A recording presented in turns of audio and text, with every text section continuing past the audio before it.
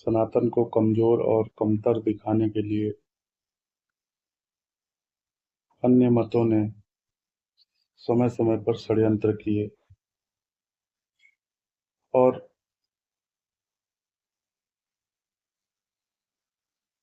और खास करके मुस्लिम मत द्वारा सनातन को कमतर दिखाने के लिए ऐसा प्रचारित किया गया कि उनके मत को मानने वाला ही सर्वश्रेष्ठ है और सनातन से ऊपर है।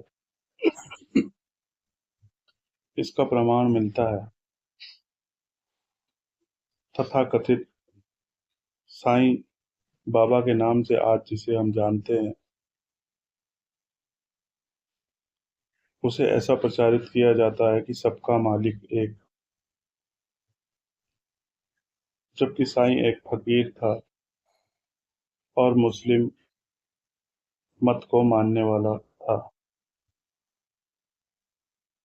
लेकिन उसके माध्यम से ऐसा दिखाने का प्रचार प्रसार किया गया कि सनातन से भी बड़ा कोई है और वही परमात्मा है, और इसीलिए सबका मालिक एक की जो कहानी है उसे आगे लाया गया ताकि सबका ध्यान हटकर सनातन से हटाकर ऐसे व्यक्तियों पर केंद्रित किया जा सके जो कि मुस्लिम मत को प्रचारित करते हैं और सबसे सर्वश्रेष्ठ मानते।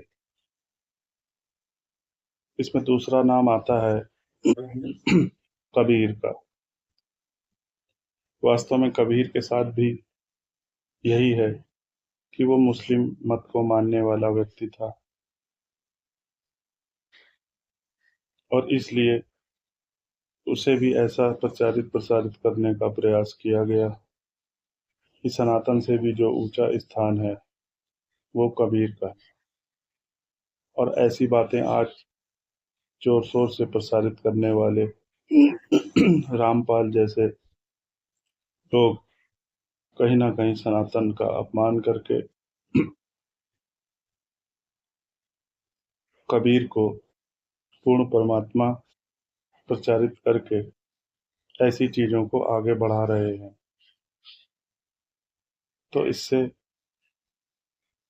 हमें समझ जाना चाहिए कि सनातन को कमजोर और कमतर दिखाने के लिए समय समय पर जो षड्यंत्र किए जाते हैं वो इसी प्रकार के हैं, जिसमें कभी साईं बाबा को सबसे बड़ा बताकर घोषित किया जाता है कि सबका मालिक एक,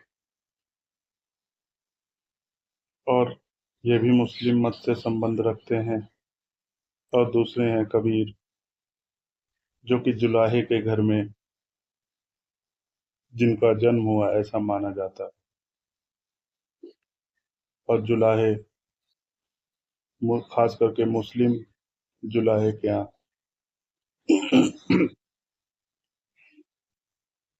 जो कि कपड़ा या सूत बीनने का काम करते हैं, उन्हें हम जुलाहे द्वारा संबोधित करते हैं।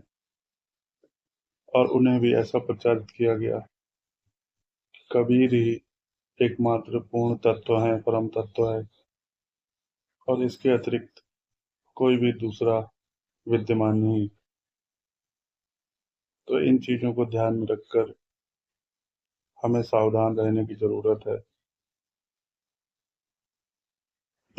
और तीसरी बात अगर इसी में जोड़ना चाहें तो एक मौलाना ने भी कहा था